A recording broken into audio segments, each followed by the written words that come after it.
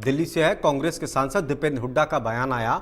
उन्होंने कहा चुनाव को लेकर, चुनाव में युवाओं की जो भूमिका है वो अहम होगी।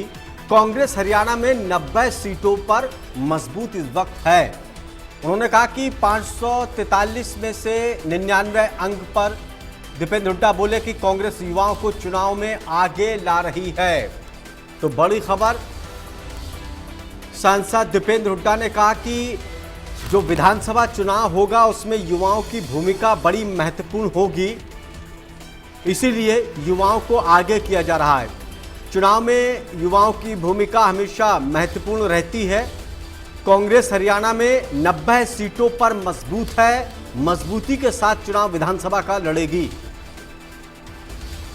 दो जिम्मेदार पद, प्रजातंत्र में एक सत्ता पक्ष होता है, एक विपक्ष होता है। दो पद होते हैं उस सदन में और दो नेताओं की जिम्मेदारी होती है आगे लेके चलें। जहाँ तक विपक्ष पद की बात है, नेता विपक्ष, उसके लिए आपको पता है कि मात्र 54 सांसदों की आवश्यकता है। तो उस पद को प्राप्त करने के लिए तो जो है नेता विपक्ष राहुल जी ने जो है उसके से लगभग दुगने जो है संख्या जुटाकर मेरिट के अनुसार, और जहाँ तक नेता सदन की बात है प्रधानमंत्री जी, उसके 272 की आवश्यकता होती है। वो सक्षम रह नहीं रहे, उतने जितने इनके ज़्यादा है उतने उनके कम भी हैं।